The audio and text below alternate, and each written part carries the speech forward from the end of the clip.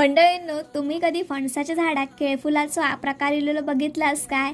आज या झाडावर निसर्गाची किमया झालेली ती म्हणजे या फणसाच्या झाडात चक्क केळफुलाच्या आकारातलो गरे फुललेलो असं फूल इल्लेला. तर मंडळींनो, हीच नवल बघण्यासाठी सकाळ सकाळी मी आवाटात गेलेलं आहे. तर आता बघून झाला तसं लगेचच घराकडे परतले.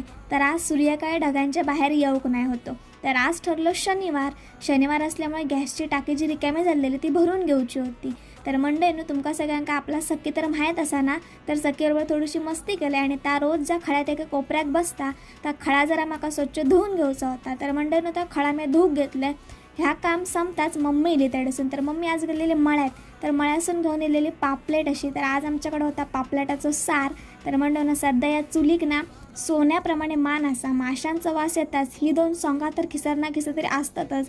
तर कढी शिजायसर मम्मीने बोंडा आणल्यानंतर ती बोंडा शिजवून घेतलेलं आणि तोपर्यंत पोटाक अळंग लावचं होतं. हडे मम्मीने माशाची कढी फोडणे घालून घेतलेलं आहे. चुलीवरच्या जेवणाची चव आता डबल भारी लागतेली आहे, कारण की सध्या सिलेंडरचे टाके बंद झाल्यामुळे प्रत्येकजण गॅस सोडून आता चुलीकडे वळलेला असा. चला तर मंडळी, भेटायला लवकरच एका नवीन दिवसात. तोपर्यंत काळजी घ्या.